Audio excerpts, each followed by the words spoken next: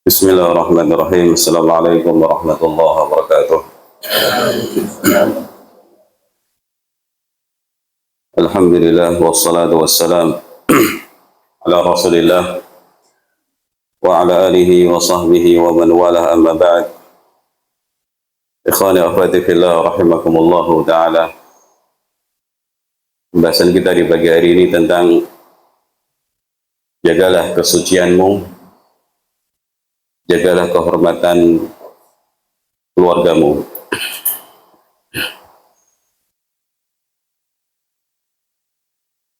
Kita wajib menjaga diri dari hal-hal yang diharamkan Allah Subhanahu wa taala. Kita wajib menjauhkan diri dari hal-hal yang dilarang oleh syariat, termasuk juga meninggalkan hal-hal yang tidak pantas dikerjakan. Itulah makna al-iffah. Sifat iffah, laki-lakinya disebut afif, wanitanya disebut afifah. Orang-orang yang menjaga kehormatan, orang-orang yang menjaga kesucian. Dari mana saja kita harus menjaga diri dari mana saja kita harus menjaga diri? Yang pertama, al-iffatu an akil haram. Menjaga diri dari makan makanan yang haram. Menjaga diri dari makanan-makanan haram supaya kita selamat dari neraka, sebab tubuh atau badan yang tumbuh dari harta haram itu lebih pantas untuk dimasukkan ke neraka. Juga agar seseorang doanya mustajab.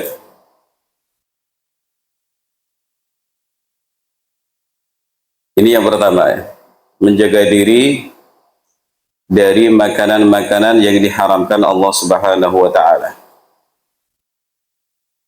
Baik memang diharamkan zatnya atau cara untuk mendapatkannya. Nah, sebagai muslim muslimah, poin ini sangat penting ya. Jangan sampai hamba-hamba Allah Ta'ala memakan sesuatu yang diharamkan oleh Rabb-nya.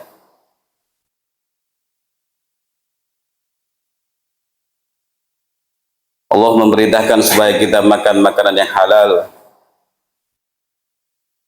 zatnya halal, cara mendapatkannya halal.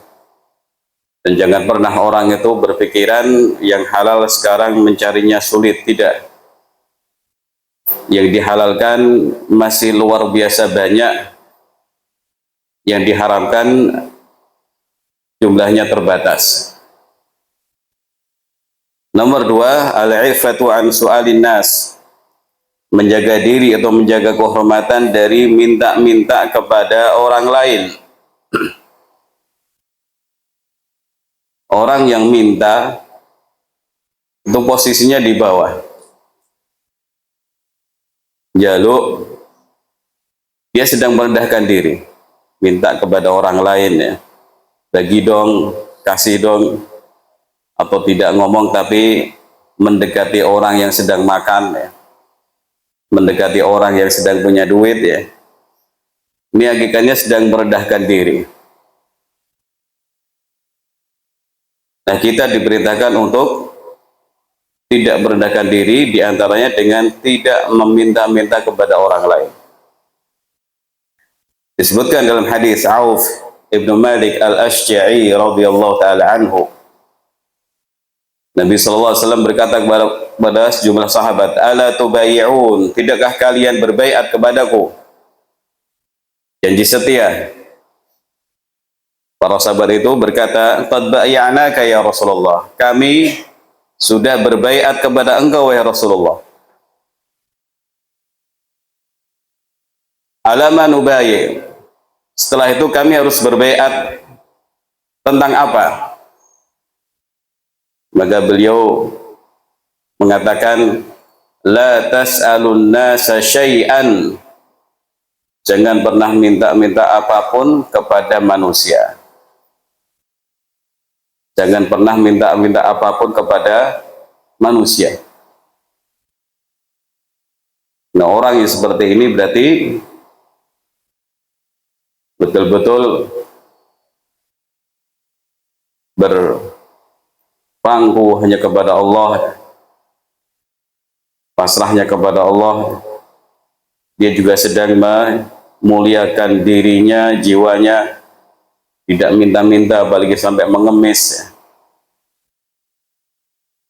Walaupun orang berdasi, tapi kalau minta-minta kepada bawahan, hakikatnya dia sedang rendah. Seseorang yang misalnya punya duit banyak, tapi minta-minta, hakikatnya dia miskin. Nah, orang kaya, orang yang kecukupan itu hakikatnya orang yang kaya jiwanya. Orang yang jiwanya merasa cukup walaupun ada kekurangan. Nah, sekarang antum lihat bagaimana keadaan para sahabat secara umumnya. Jadi surah Al-Hasyr disebutkan golongan muhajirin itu lil fuqara'il muhajirin. Mereka orang-orang fakir. Orang Ansar bagaimana? Walau kana bihim khasasah. Mereka juga kekurangan, kesulitan. Tapi Nabi SAW ya menyampaikan kepada sebagian mereka, jangan pernah minta apapun kepada manusia. Mintalah kepada Allah. Idza sa'alta fas'alillah. Kalau engkau minta, mintalah kepada Allah Ta'ala. Ya, disebutkan beberapa orang ini, sebagian mereka ketika berada di atas tunggangan, kemudian tali cambuknya jatuh, ya, mereka tidak minta tolong ambilkan tali saya, tidak, tapi turun sendiri, kemudian mengambil sendiri. Ini dalam rangka melaksanakan janji setia kepada Nabi SAW yang sudah mereka buat tadi. Turun sendiri, ambil sendiri. Enggak nyuruh-nyuruh orang. Enggak merintah-merintah orang. Kalau itu keperluan sendiri, ambil sendiri. Kalau itu kebutuhan sendiri, kenapa minta-minta orang lain, ya? Ini juga pelajaran penting buat para santri, para santriwati, untuk tidak mudah minta-minta tolong, nyuruh-nyuruh kawannya. Kalau itu tugas sendiri, kerjakan. Kalau itu kebutuhan sendiri, kerjakan juga. Nah, kira-kira kalau ada di antara masyarakat, ya, dikenal suka minta-minta, itu akan disukai orang apa tidak? Nggak suka, nggak disukai. Sukanya minta tolong, nggak pernah nolong. Sukanya minta bantuan, nggak pernah bantu apalagi. Jenis yang ketiga yang berhubungan dengan bahasan kita adalah al-iffatu 'anil fahisyah. Menjaga diri dari perbuatan fahish, perbuatan yang keji. Apakah perbuatan keji itu? Az-zina, perbuatan zina. Orang melakukan perbuatan zina, dia sedang merusak kehormatannya, merusak kesuciannya, merusak nama baik keluarganya dan keluarga besarnya. Nah, masalah ini penting sekali untuk kita ketahui supaya kita hindari, karena sebagian orang sudah tidak peduli dengan kesuciannya. Sebagian orang tidak peduli dengan kehormatan keluarganya. Karena pergaulan bebas, atau mencari duit, atau yang lain-lain. Yang penting senang, yang penting happy, yang penting dapat cuan. Walaupun melakukan perbuatan maksiat, tidak seperti itu.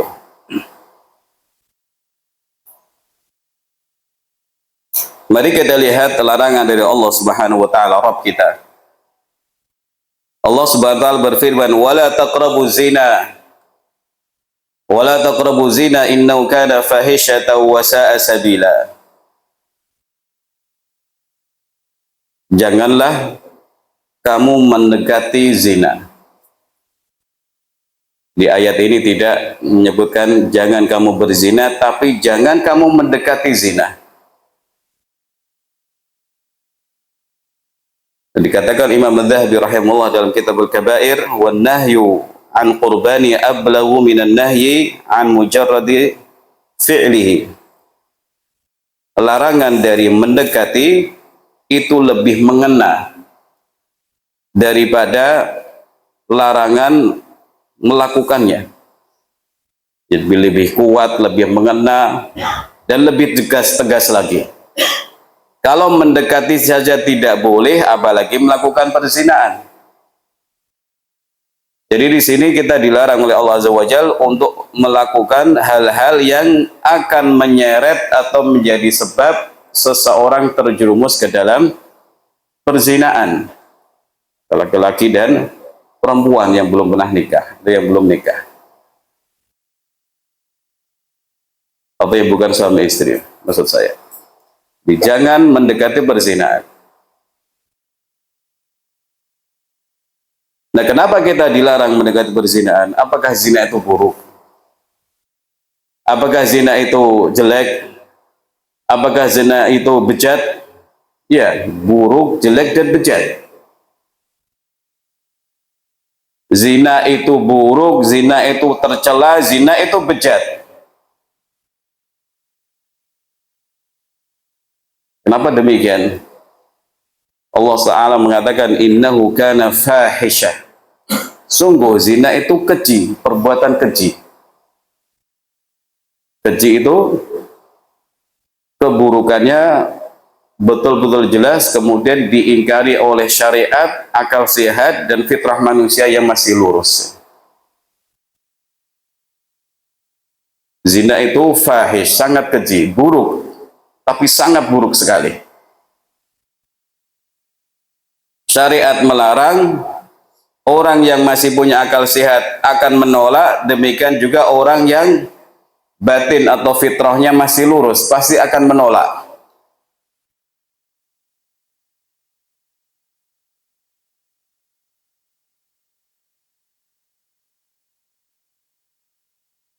Wasa'a sabila. Kemudian disebut juga, dan itu merupakan jalan yang terburuk. Seburuk-buruk jalan adalah perzinaan. Kalau tadi di awal disebutkan dengan tegas adalah perbuatan keji, yang kedua disebutkan merupakan jalan yang buruk sekali. Itu larangan dari syariat, larangan dari Allah Azza wa Jalla, yang disertai dengan alasannya. Kenapa kita tidak boleh berzina, tidak boleh mendekati zina? Karena zina itu sangat keji, sangat buruk. Zina itu jalan yang paling buruk. Dan jangan pernah orang berpikir untuk melakukannya, jangan pernah orang mengerjakannya nanti. Naudzubillah. Ayyuhal hudur rahimakumullahu ta'ala.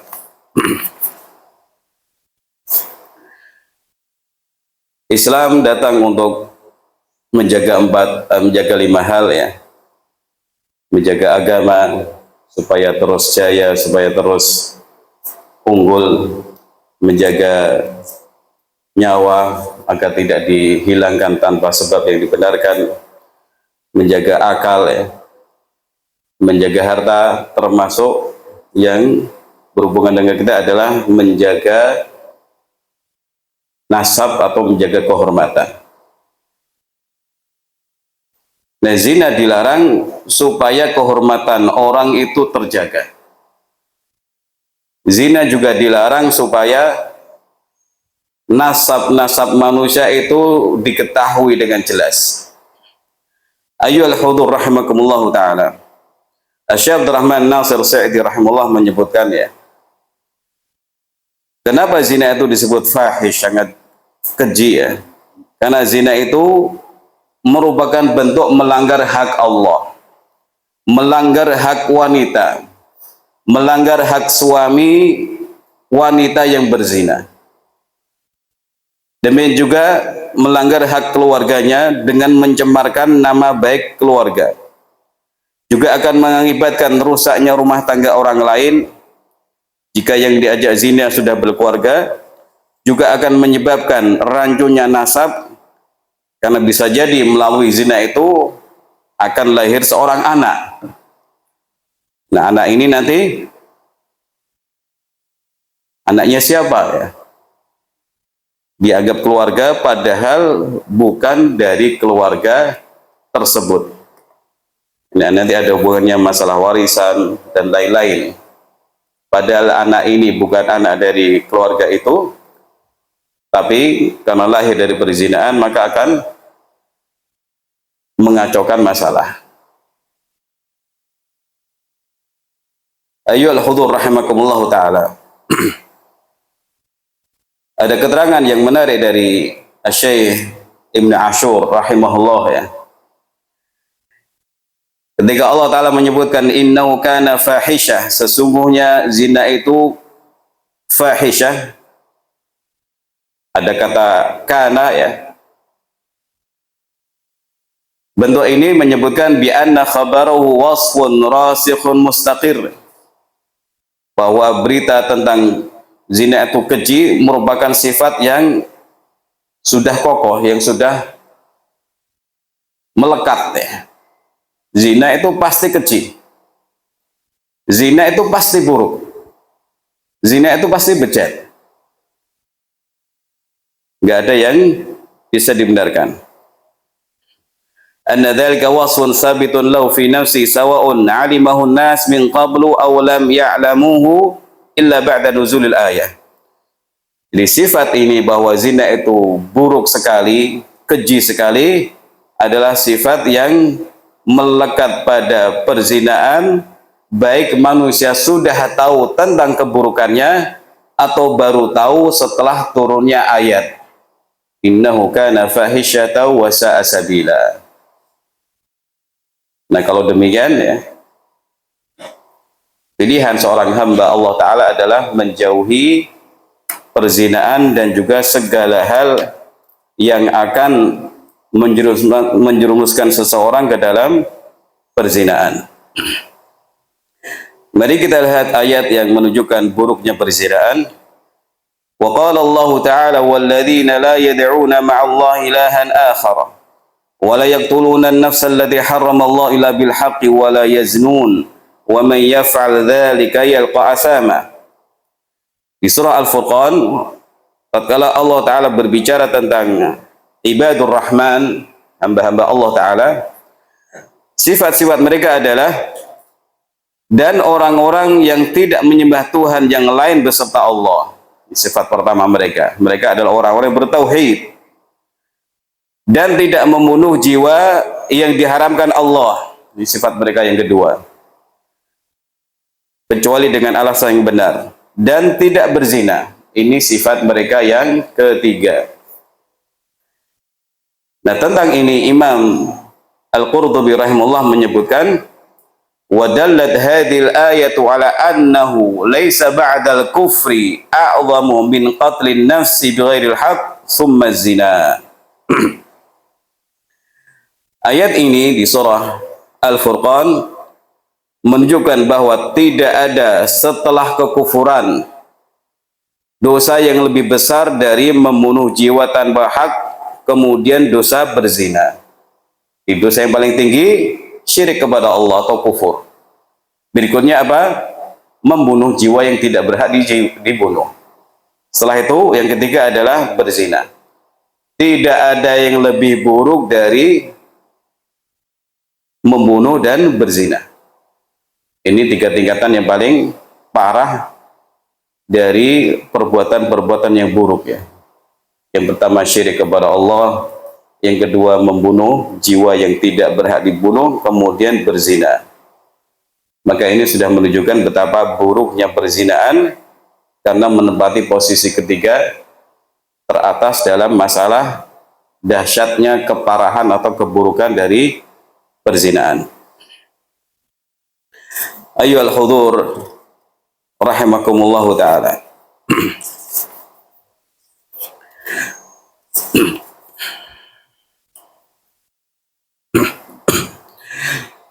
Ada juga hadis yang semakna dengan ayat tadi ya.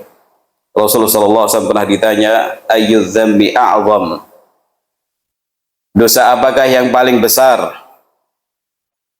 Qala an taj'alallahi niddan wa huwa khalaqaka, engkau mengadakan sekutu atau tandingan bagi Allah padahal Allah itu yang menciptakanmu. Ini dosa yang besar, syirik kepada Allah. Thumma ayyun, qala an taqtula waladaka khasyata an yat'ama ma'ak. Kemudian apa? Rasulullah SAW menjawab, engkau membunuh anakmu karena khawatir dia akan makan bersamamu. Dosa pembunuhan nomor 2 setelah syirik. Apa yang ketiga? Ditanya lagi, thumma ayyun, qala antuzani halilata jarik. Rasulullah SAW menjawab, engkau berzina dengan istri tetangga. Di urutannya sama, syirik, membunuh, dan berzina.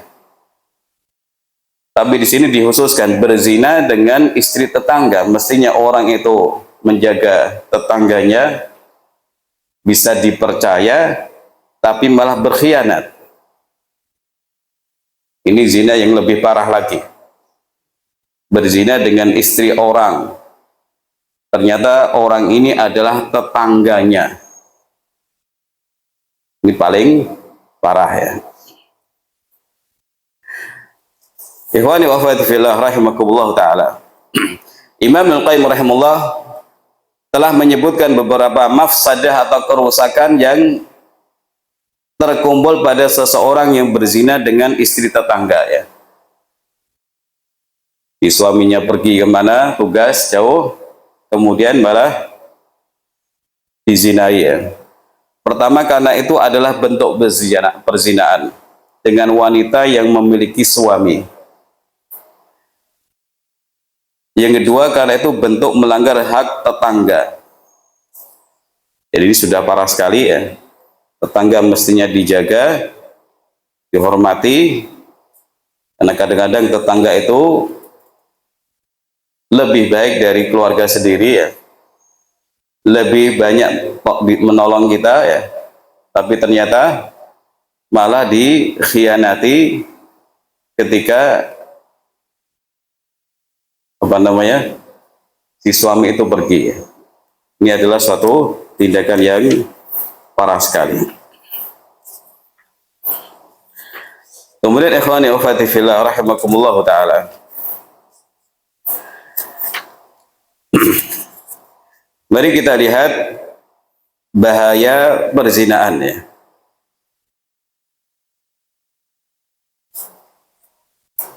Suatu maksiat itu pasti menimbulkan kerusakan-kerusakan, menimbulkan keburukan-keburukan, termasuk zina.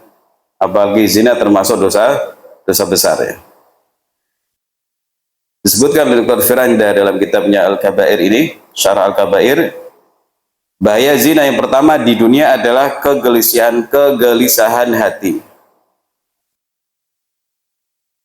Orang yang berzina tidak akan pernah damai hatinya, tidak akan pernah tenang hatinya.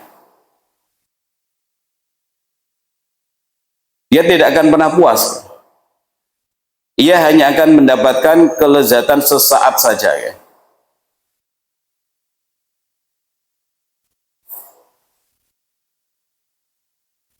Yang kedua, kehancuran keluarga. Keluarganya hancur, nama keluarga juga rusak ya.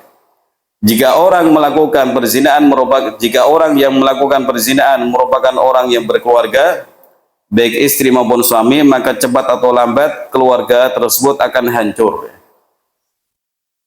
akan ambyar ya. Yang tentu akan berimbas atau berpengaruh pada anak-anaknya. Tentu ini satu hal yang sangat menyedihkan. Yang ketiga, hilangnya kehormatan. Nah, siapapun yang melakukan maksiat hakikatnya sedang merusak kehormatannya sendiri ya. Jadi ada pembahasan muruah ya, menjaga kehormatan, menjaga citra baik diri. Nah, di antara yang merusak citra baik manusia, mencoreng nama baiknya adalah ketika orang itu melakukan maksiat. Dia sudah merusak nama baiknya. Dia sudah mencoreng nama baiknya. Kalau santri misalnya, saya berikan contoh ya. Keluar dari kamar, nggak pakai baju, bagus apa enggak? Ya, bagus apa enggak? Haram apa enggak? Ngeliko. Itu haram apa enggak? Nggak pakai baju yang menutup bagian atas. Bukan haram, tapi nggak sopan, nggak etis, nggak bagus. Nah, orang seperti ini sedang mempermalukan diri sebenarnya. Mestinya dia berpakaian sopan, menutup badannya semua, tapi kok ngeliko, tapi kok malah bertelanjang dada istilahnya orang Indonesia. Tidak pantas. Apalagi kalau dia seorang santri, seorang pejabat, seorang yang kedudukannya tinggi. Haramnya tidak, tapi nggak pantas. Padahal ini bukan perbuatan haram, tapi akan mencoreng kehormatannya. Nah, bagaimana dengan perbuatan maksiat? Perbuatan maksiat itu akan mencoreng pasti ya, akan merusak kehormatan. Walaupun orangnya pakai jas yang mahal, pakai baju yang mahal ya, rambutnya disisir dengan minyak rambut yang mahal, sampai klimis, tetap saja dia sedang dalam kondisi yang buruk. Pakaiannya tidak memperbaiki batinnya yang sedang rusak gara-gara melakukan perbuatan dosa besar berzina. Jadi yang ketiga, hilang kehormatan. Jika masyarakat mengetahui perbuatan seseorang yang sengaja melakukan zina, maka kehormatan dan kewibawaannya di mata masyarakat akan hilang sama sekali. Maka aneh kalau kita kemudian mengidolakan orang yang dikenal berzina ya. Public figure yang dikenal berzina atau melakukan hal-hal yang maksiat, kemudian kita idolakan, kita ngefans berat kepada dia, aneh. Muslim mengidolakan tokoh atau public figure yang dikenal suka berzina misalnya. Ini aneh. Mestinya kita benci perbuatannya dan juga kita tidak menyukai pelakunya. Kalau ke laki-laki ya pemain-pemain bola itu hati-hati ya.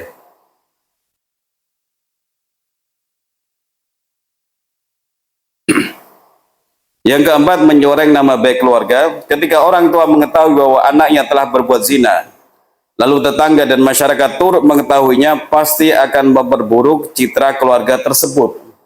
Mau ditutup-tutupi ya, akan ketahuan nanti. Kok si wanita itu nggak pernah kelihatan, kemana ya? Biasanya lalu lalang kok nggak kelihatan. Tanya-tanya kan, oh, sedang kecelakaan. Kecelakaannya tapi nggak ada luka-lukanya. Menikahkan orang yang berzina, yang hamil, itu bukan solusi juga. Tetap saja, anak yang lahir bukan anak pasangan zinanya tadi. Jadi kadang-kadang kan seperti itu, begitu terjadi perzinahan kemudian ada kecelakaan jadi hamil ya, udah dinikahkan saja. Ini bukan solusi sebenarnya. Tetap saja tidak menjadi solusi, tidak menjadi jalan keluar. Karena hakikatnya anak yang lahir ini nanti bukan anaknya bapaknya tadi. Karena lahir, karena merupakan hasil dari perbuatan zina.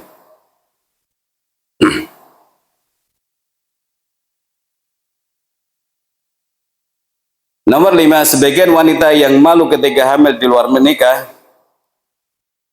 nekat membunuh anaknya atau membuang bayinya. Ini berita yang kadang-kadang terbaca ya. Kadang-kadang ada berita semacam itu. Dia tidak menikah, tapi hamil, kemudian bingung, akhirnya membunuh jabang bayinya, entah di perutnya atau setelah lahir. Ya. Digugurkan, atau setelah lahir dibuang di tempat sampah. Jadi perbuatan maksiat menyeret kepada maksiat berikutnya. Ya seperti itulah. Maksiat itu mendatangkan kesialan dan juga mendatangkan maksiat berikutnya. Nah, seperti santri kok sukses nyontek misalnya, ada yang nyontek. Wah, nyontek pertama berhasil. Kecanduan lagi nanti. Wah, nyontek lagi lah ya. Demikian juga ini. Berbuat maksiat zina, kemudian hamil, digugurkan, atau setelah lahir, dibuang di tempat sampah. Yang sangat mengerikan adalah jika orang yang berbuat zina adalah seorang perempuan, betapa banyak yang berdampak hamil di luar nikah. Banyak dari sebagian mereka ketika melahirkan dari hubungan haramnya tersebut, mereka tidak segan-segan membunuh anaknya sendiri. Akhirnya mereka mengumpulkan dua dosa besar, zina dan dosa membunuh. Di pikiran sudah cupat, pikiran sudah bingung, gimana ini, buang saja. Semua ini terjadi akibat zina. Semua ini berakibat diri orang-orang yang menginginkan kenikmatan sesaat, tapi berimbas kepada kesedihan dan penderitaan yang tidak berujung bagi pelaku atau bagi keluarga mereka. Ya.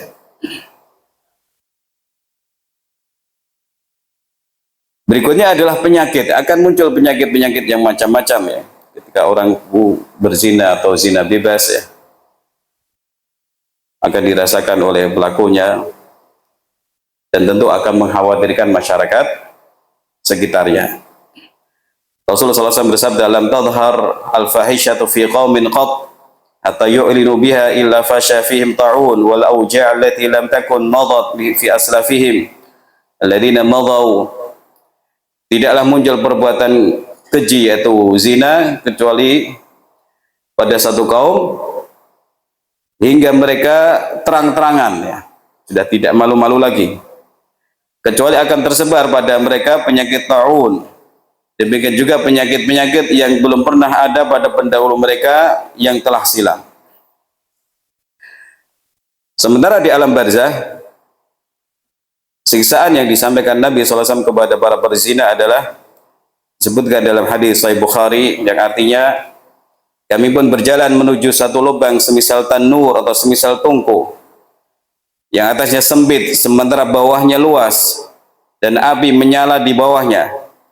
Jika api semakin panas, maka mereka pun naik hingga hampir-hampir mereka keluar. Jika api menurun, maka mereka kembali lagi ke tanur tersebut. Pada tanur tersebut ada para laki-laki dan para wanita dalam kondisi telanjang. Aku bertanya, siapakah mereka itu? Kedua malaikat menjawab, yang engkau lihat di dalam lubang itu adalah orang-orang yang berzina. Ayyuhal hudur rahimakumullah ta'ala.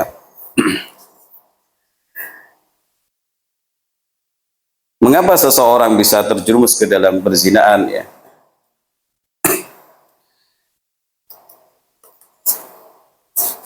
Jadi di hari kiamat nanti siksaannya tentunya lebih pedih ya. Allah tidak mengajak bicara orang yang melakukan zina, tidak melihatnya dengan pandangan rahmat, tidak mensucikannya, dan juga bagi mereka adab yang pedih ya. Mendanya setiap orang berpikir bahwa zina hanyalah sebuah kenikmatan sebentar, dan setelah itu adalah kesengsaraan yang dirasakan. Nah sekarang, apa yang membuat orang terjerumus ke dalam perzinaan itu? Yang pertama, karena tidak mengendalikan atau tidak menundukkan pandangan. Pandangannya diumbar. Yang diharamkan oleh Allah, dilihat-lihat, dipandangi sampai melotot misalnya. Padahal Allah Ta'ala memerintahkan kaum laki-laki dan juga kaum wanita untuk menundukkan pandangan, untuk menjaga pandangan. Yang laki-laki diperintah untuk menjaga pandangan, yang wanita juga demikian, untuk menjaga pandangan. Laki-laki diperintah menjaga kemaluan dari yang diharamkan, yang perempuan juga demikian. Yang laki-laki diperintah untuk menutup aurat, yang perempuan juga demikian. Supaya terbentuk kondisi di mana orang itu selamat ya. La tudbi'in nadratan nadrata fa innalakal ula wa laysat lakal akhirah. Masalah pandangan, Nabi mengatakan janganlah engkau mengikuti pandangan pertama dengan pandangan berikutnya. Melihat ke kanan kalau ada perempuan ya, setelah itu tidak dilanjutkan. Jangan ikuti pandangan pertama dengan pandangan berikutnya. Sebab kedua, wanita keluar dengan memakai minyak wangi atau parfum ya. Begitu lewat langsung apa? Wangi ya. Ini akan menimbulkan fitnah ya. Disebutkan dalam hadis yang artinya wanita mana saja yang memakai minyak wangi kemudian melintas pada satu kaum agar mereka mencium baunya, maka dia pezina, gitu kata Nabi Shallallahu Alaihi Wasallam. Karena parfum bisa menggerakkan hasad bagi orang yang mencium aromanya. Ketika wanita telah memakai parfum, berada dalam ruangan bersama rekan-rekan kerja, maka setiap laki-laki yang melihat mencium aroma parfumnya akan tergoda dengannya. Kemudian yang ketiga, menemui wanita tanpa ada suaminya atau tanpa ada mahramnya. Jadi kita dilarang untuk berkhalwat atau berdua dengan wanita yang bukan mahram ya. Walaupun untuk urusan yang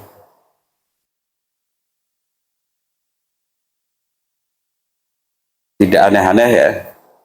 Orang harus menjaga diri karena setan itu akan selalu mengintai. Iyyakum wad-dukhul 'ala nisa, janganlah kalian masuk ke dalam tempat kaum wanita. Lalu seorang Ansar bertanya, wahai Rasulullah, bagaimana pendapat Anda dengan saudara ipar? Beliau menjawab, ipar adalah kematian, ipar adalah maut ya. Ipar adalah maut ya.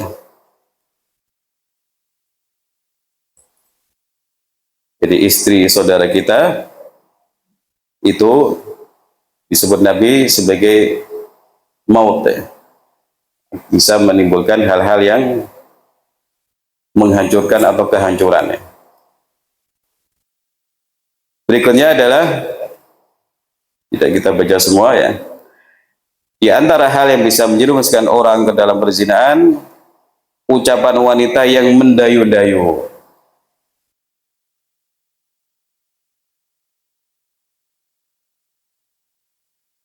Penulis Hafizullah mengatakan para wanita ketika berbicara hendaknya mereka berbicara sewajarnya ya. Tidak ada ucapan yang dengan nada godaan atau dengan senyuman yang menggoda. Janganlah berbicara dengan mendayu-dayu baik secara perkataan langsung ataupun dalam chat atau online ya. Bicaranya pakai lope-lope misalnya ya. Dikasih seperti itu. Hal ini dikhawatirkan orang yang punya penyakit hati akan terfitnah. Maka hendaknya setiap orang waspada untuk selalu menutup pintu-pintu yang dapat menggantarkannya menuju perzinahan. Ayyuhal hudur rahimakumullah ta'ala. Hal lain yang bisa menjerumuskan orang ke dalam perzinahan adalah bercampur baurnya laki-laki dan perempuan. Bercampur baurnya laki-laki dan perempuan ya. Nah, setan akan hadir untuk menggerakkan keinginan laki-laki kepada wanita dan sebaliknya. Kemudian mereka bertukar foto, bertukar nomor HP atau yang lain-lain ya. Jadi ada ungkapan bagaimana orang itu bisa terjerumus dalam perzinahan ya. Awalnya dari nadratun, dari pandangan. Nadratun wabtisamun wa wa'dun wa liqa'u ya. Ketika berpandangan kok cocok, kemudian ibtisam, saling melembar senyum. Setelah itu wa'dun, janji bertemu di mana? Setelah itu pertemuan. Nah, ini langkah-langkah syaitan. Ketika saling bertatap pandangan, kemudian kok cocok misalnya. Setelah itu ada senyuman, kemudian ada janji kapan ketemu, kemudian ada pertemuan ya. Seperti itu akan menjerumuskan orang ke dalam perzinahan. Kemudian yang disinggung oleh penulis juga bahaya internet ya. Orang harus hati-hati di zaman sekarang. Setiap kali berpetualang di dunia maya, ia bisa melihat apa saja yang ia inginkan. Maka siapapun harus berhati-hati dengan istilah orang setan gepeng gitu ya. Di HP itu setan gepeng. Nah, ini beberapa wasilah atau celah atau pintu yang bisa menyeret seseorang kepada perzinahan. Nah, kita ini ikhwan wa akhwati fillah rahimahullah taala sudah memiliki teladan luar biasa pada sosok Nabi Yusuf alaihissalam bagi para laki-laki, dan juga pada sosok Maryam bagi para muslimah ya. Bagaimana Nabi Yusuf alaihissalam betul-betul dalam kondisi berat ya. Beliau masih muda, berada di tempat asing, yang ngajak zina wanita pejabat ya. Wanita pejabat itu biasanya gimana? Menarik gitu ya. Dan wanita ini yang sudah mengkondisikan keadaan, semuanya ditutup. Tapi beliau lari dan lebih suka untuk dipenjara daripada mengikuti keinginan wanita tersebut. Jadi beliau memiliki, pada kondisi beliau ada hal-hal yang mendorong seseorang mudah terjerumus ke dalam perzinahan. Masih muda diajak zina, kemudian yang mengkondisikan zina itu si wanitanya ya, di tempat asing. Biasanya di tempat asing itu orang tidak terlalu malu ya, tapi Allah menjaga beliau. Sementara Maryam alaihissalam, ibu Nabi Isa alaihissalam, begitu melihat ada laki-laki masuk ke mihrabnya, tempat ibadahnya, langsung mohon perlindungan kepada Allah Ta'ala. Mohon perlindungan kepada Allah Subhanahu wa Ta'ala dari laki-laki tersebut yang merupakan malaikat menjelma manusia ya. Langsung mohon perlindungan kepada Allah Subhanahu wa Ta'ala, mengingatkan laki-laki itu agar menjauh.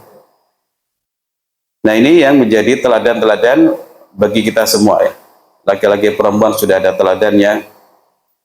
Bagaimana agar kita ini menjaga kesucian diri, menjaga kehormatan keluarga, supaya kita semua selamat dari perbuatan zina, selamat dari hal-hal yang menyeret kepada perbuatan zina, sehingga masyarakat baik, keluarga baik, dan tidaklah muncul kecuali orang-orang yang betul-betul mengagungkan masalah kesucian ya. Dengan seperti orang-orang di luar sana atau di negeri barat terjadi kebebasan dalam masalah ini. Ketika anak sudah usia misalnya 17 tahun, 18 tahun, itu sudah bebas-bebasnya, atau bahkan sebelum usia itu pun sudah bebas sebebas-bebasnya. Nah, Islam mengatur masalah tersebut ya, masalah